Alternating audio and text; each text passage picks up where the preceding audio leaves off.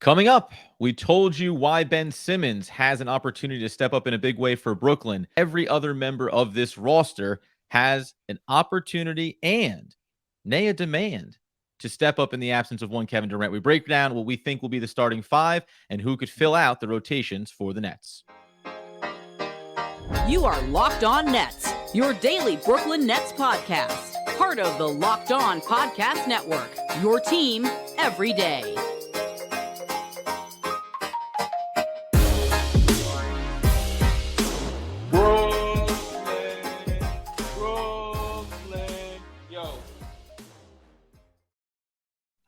Yes, it is the Locked On Nets podcast right here on the Locked On Podcast Network. It's your team, the Brooklyn Nets, every single day. Over there, you're going to find Doug Norrie, owner-operator of DFSR, for all your daily fantasy sports rankings from DraftKings to FanDuel. He's got you covered.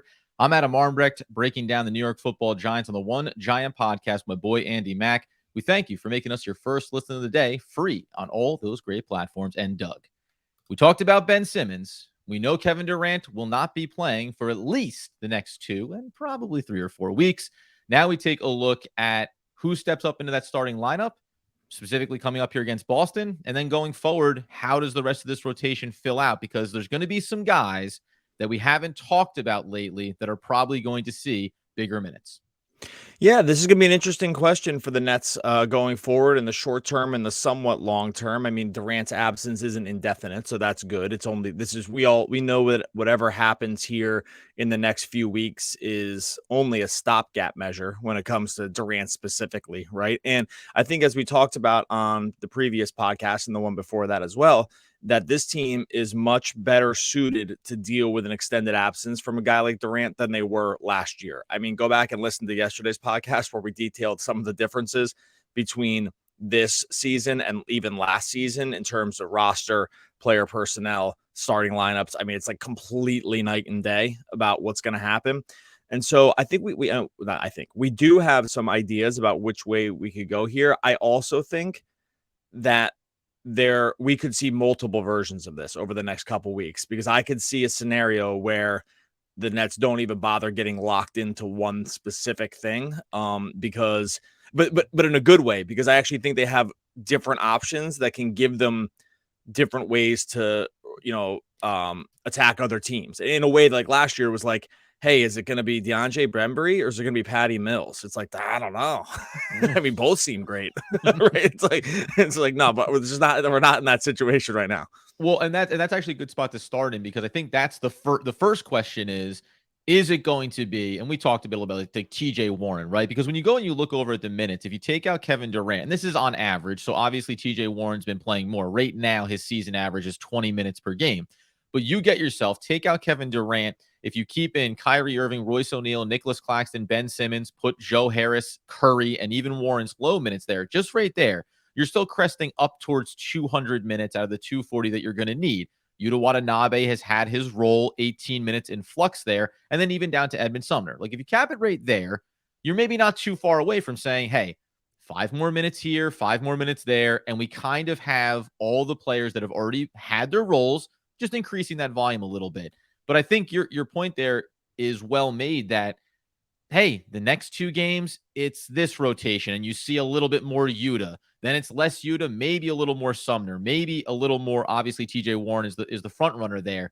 But philosophically, I agree with you. I think that this is going to be on a game-to-game, matchup-to-matchup basis, because Jacque Vaughn has the benefit of actually looking at his bench and saying, I have guys that I can deploy and feel confident around, not, hey, this is what we have to work with here. And even you mentioned Patty Mills. It's a good example of, could Patty Mills see minutes here? I won't be shocked, because we've already seen the Nets go to him in a couple of instances this season, but it need not be the demand. And that's a luxury the Nets were not afforded last season.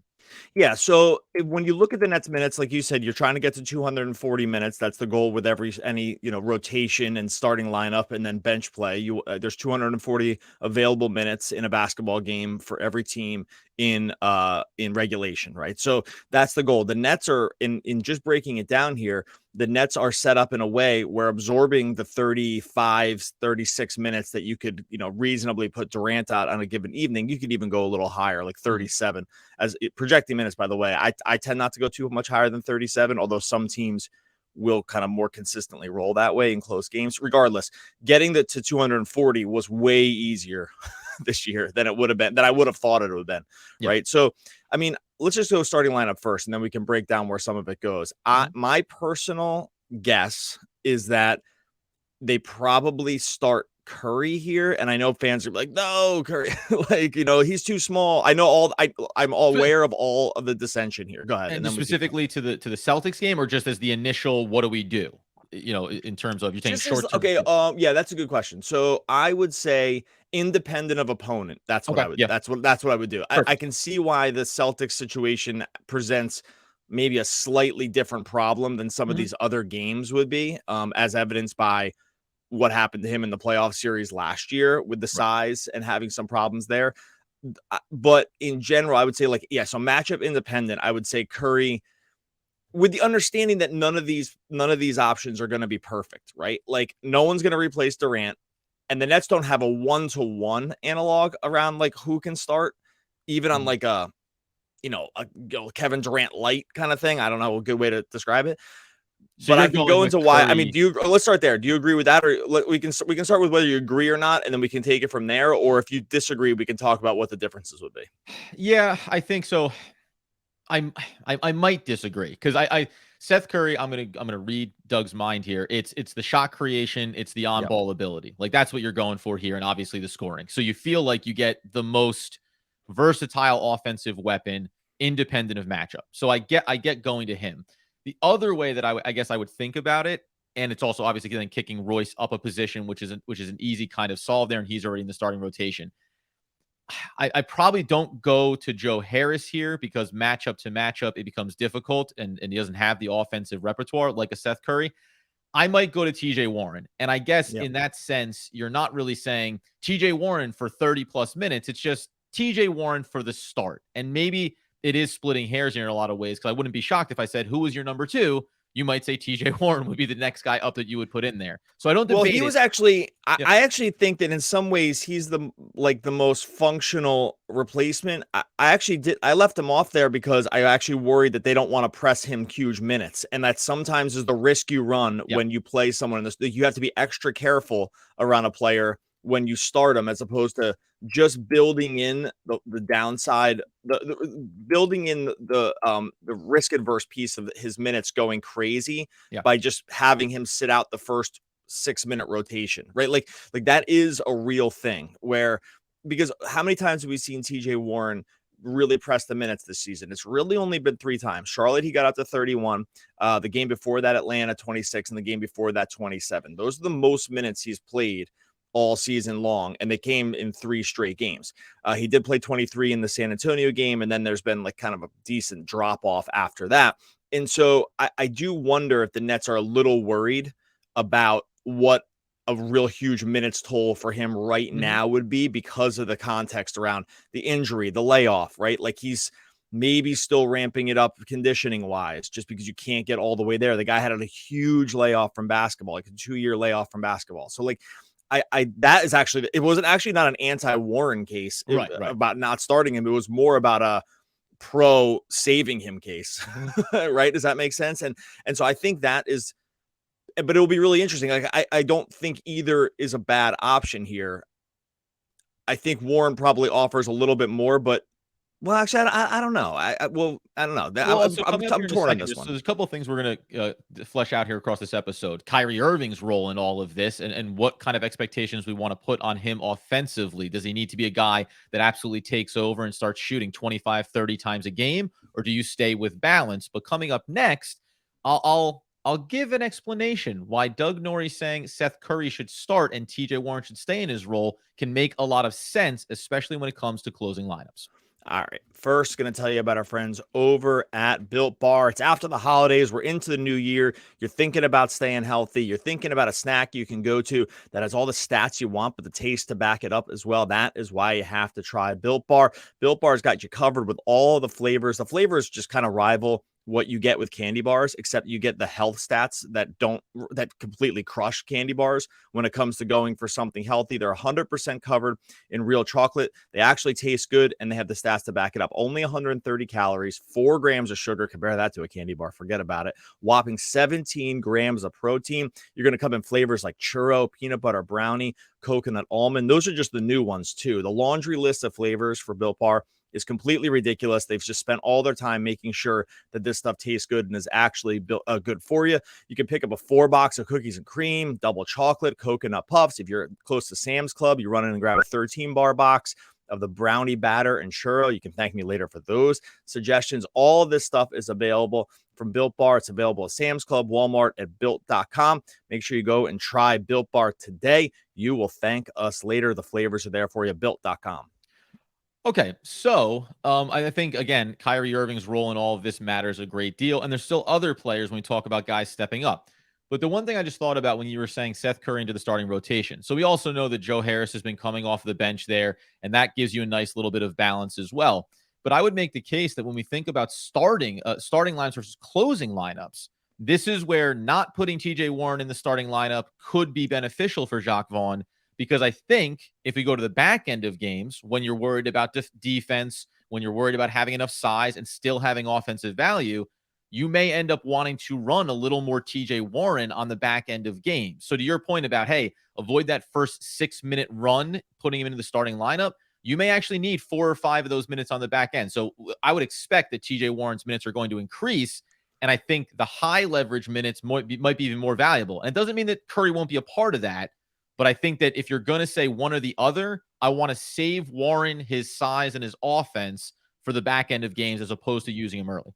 Yeah, and I think like that fills the theme of what we were talking about. It's like it's kind of about preservation more than just optimization at the beginning. And I think that if you are thinking about it in those terms, because again, I understand what the case against Curry is here, right? Like and to some degree, I think that Nets fans out there do have last year's Boston playoff series like a little too front of mind when it comes to Curry, because again, yes, he was completely exposed in that series. It was very difficult for the Nets to run the 3-guard, like super small lineups. They were getting killed in those defensive matchups. This team is just not that team for starters.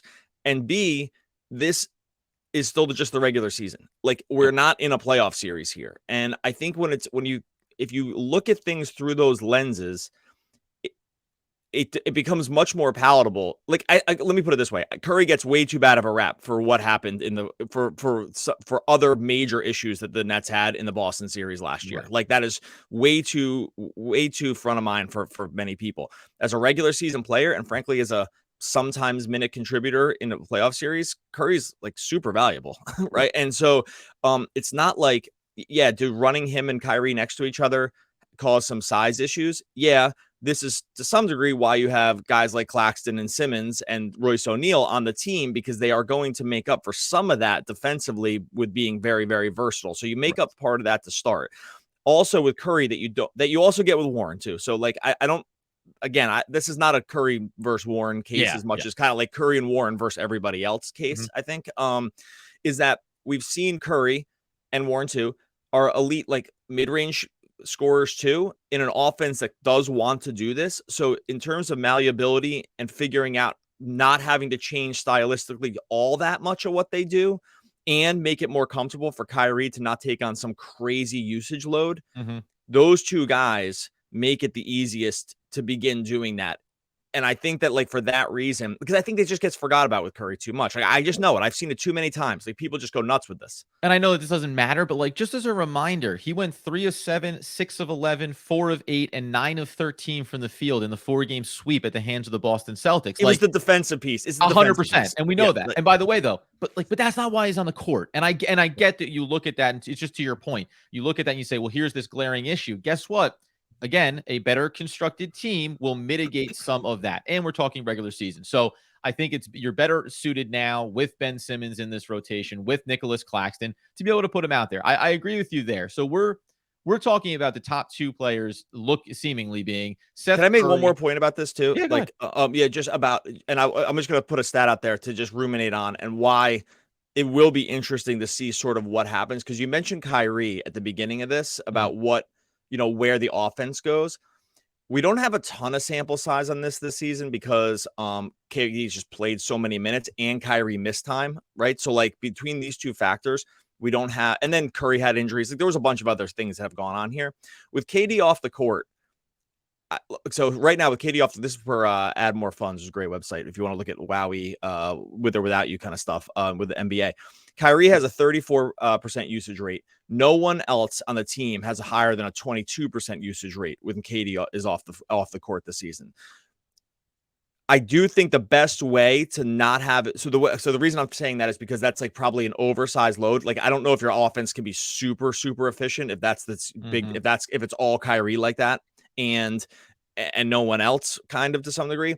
The best chance to not have it be that way is these other two guys playing a lot of the minutes because those other guys, the other options don't create, even though we like them all as players, they don't create enough in a way where you can't see it. You can't see another way that Kyrie's not, he's going to have a huge usage rate no matter what. Yeah. But like, at least with those two other guys, there's a chance that this comes a little closer to even.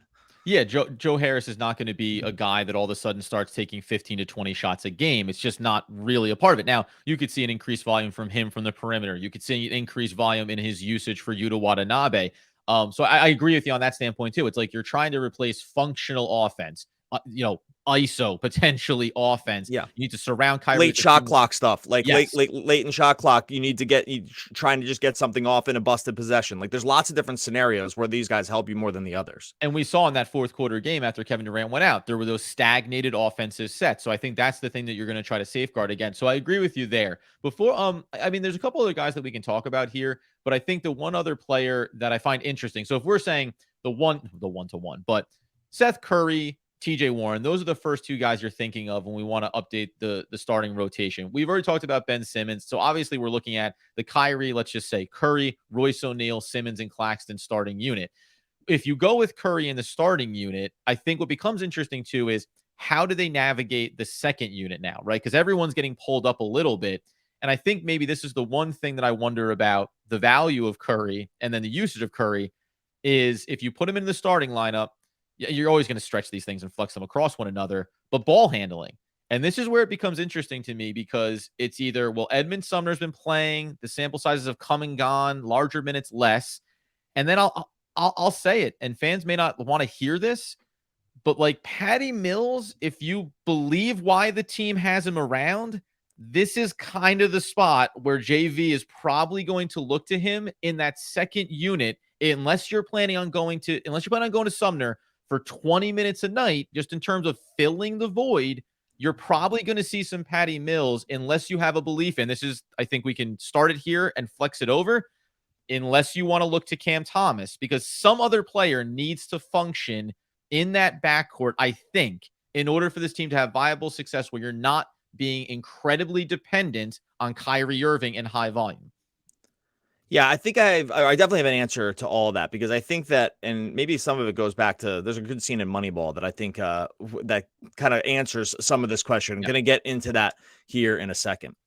First, going to tell you about our friends over at LinkedIn. LinkedIn, if you are a small business owner or a hiring manager, you know that getting into this year, and it's just all about putting the team together, getting the right team. Like we're talking about with the Nets, we're going to get the right team around surrounding all the rest of these pieces. We got to make sure maybe the Nets need to go over to LinkedIn Jobs because maybe there's a guy who's about 6'11", maybe can shoot in the mid range.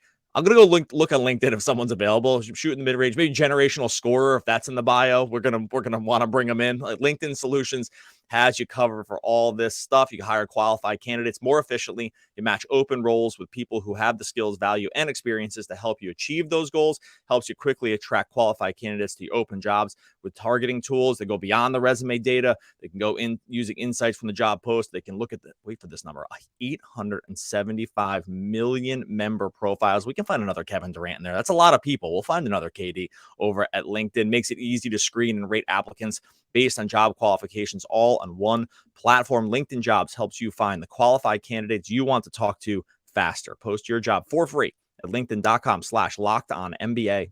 It's linkedin.com/lockedonnba to post your job for free. Terms and conditions apply. Okay, so I want to make something very clear before Doug offers his explanation. This isn't me saying, hey, I tell you what the answer is 15, 20 minutes a night of Patty Mills.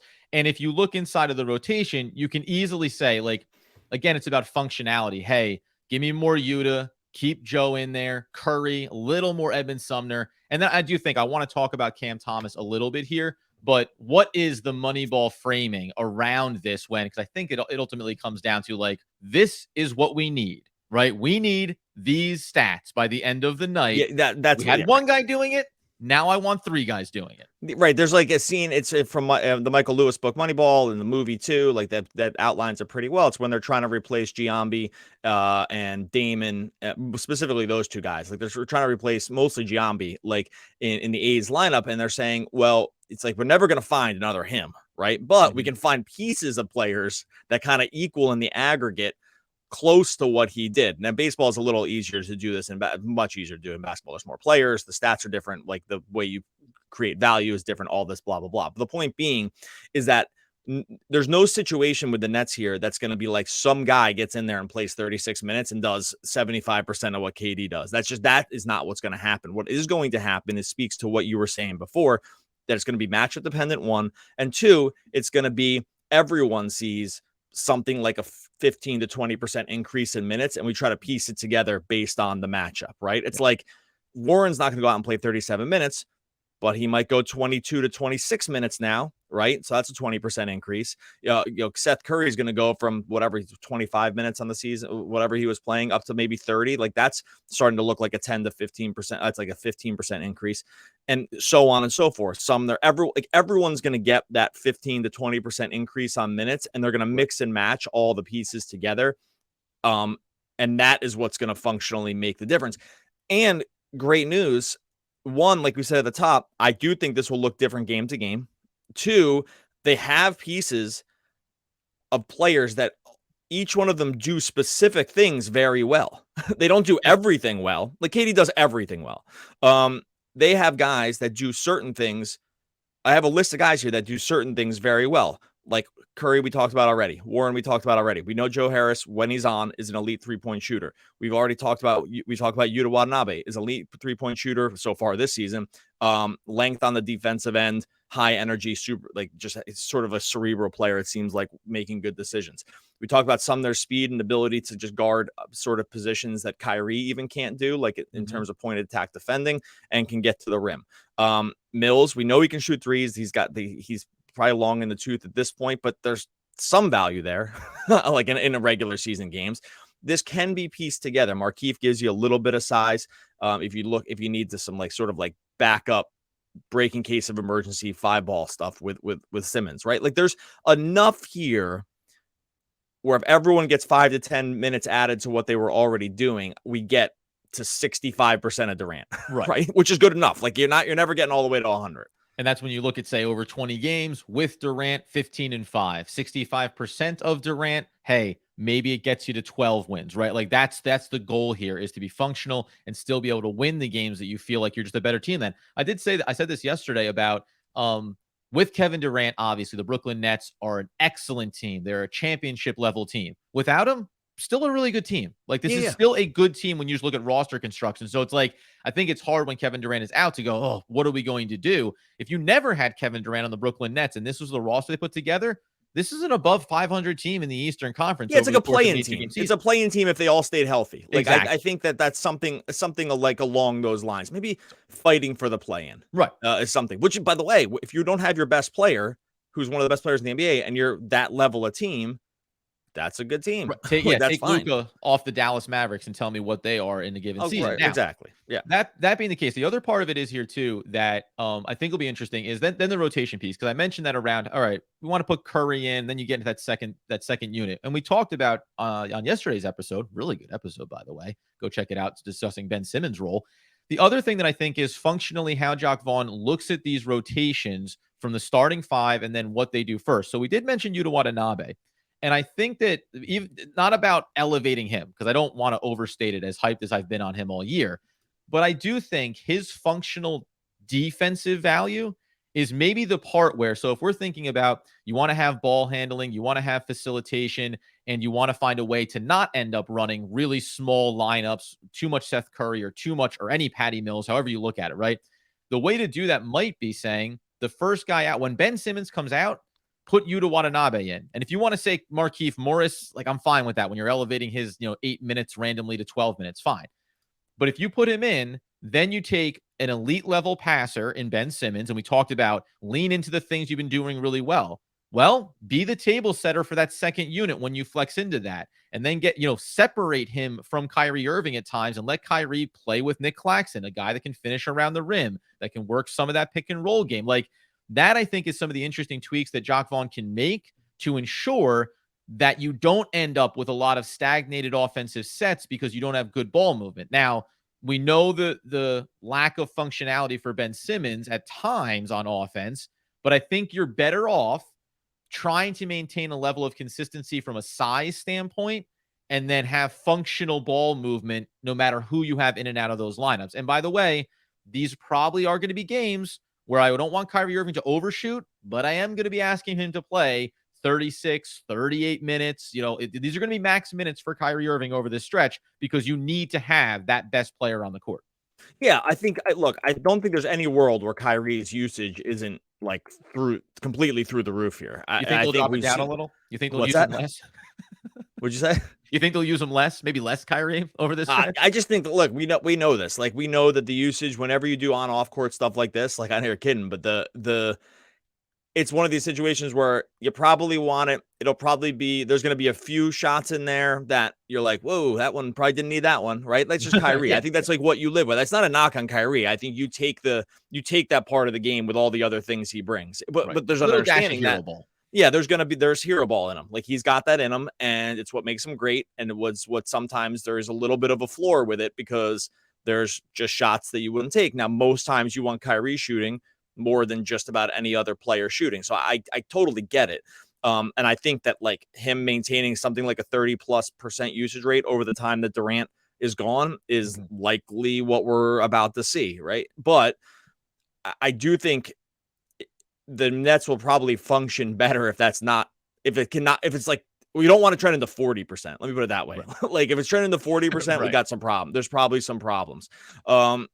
But if it can stay like 30% ish and everyone else ticks up with some efficiency around the rest of those numbers, like I said, right now it's 33% and no one is at 20. Some of these other guys are going to have to be a little higher. We talked about Simmons already, like that usage needs to tick up a little bit. We talk and just some of these other guys, and they have they have the horses to do it. Like, these guys are equipped to be able to do this.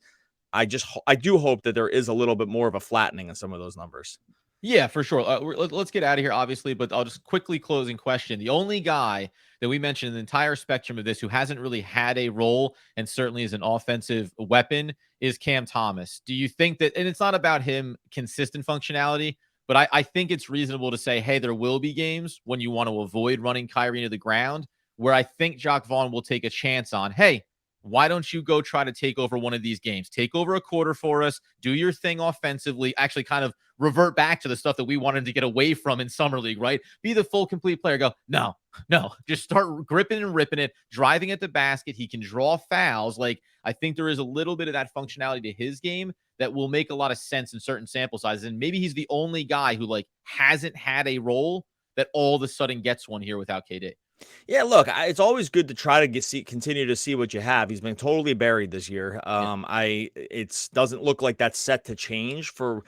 It's hard to argue with it. The Nets have been great, no. So I don't know, like, where you're trying to fit him in. Again, with these 240 minutes, getting him 5 minutes with this group is still hard, even without Durant. And I'll roll through this real quick, and then we'll get out of here. This is where I had at the minutes, right? 36 for Irving, 33 for Simmons, 31 for Claxton, 29 for Curry, could be higher, 33 for O'Neal. That could probably be higher too.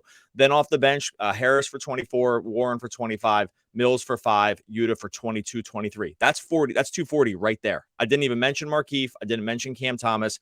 None of those minutes seem out of bounds even a little bit. And the big push there was Yuta, like, over season average, 4 more minutes for him. And then Simmons, that's like 5-6 more minutes for him a night. Like, just look at those numbers. Yeah. Those are and those make sense to me. Yep. Right. Yep. Like, it makes sense to push those guys minutes here.